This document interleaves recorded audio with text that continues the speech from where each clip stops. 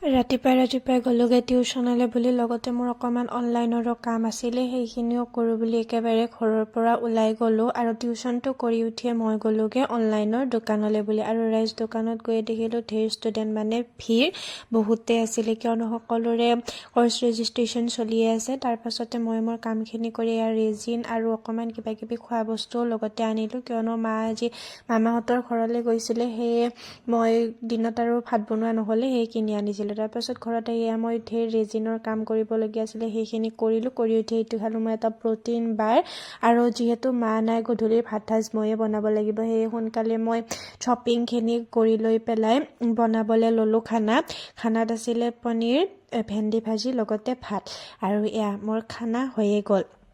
এয়া কুকাৰত আছিলে ভাত, এয়া ভেন্দি ভাজি আৰু এয়া হৈছে পনীৰ। আজিলৈ এইখিনিয়ে আছিলে। যদি ভিডিঅ'টি ভাল লাগিছে তেন্তে লাইক, শ্বেয়াৰ আৰু ছাবস্ক্ৰাইব কৰি দিব।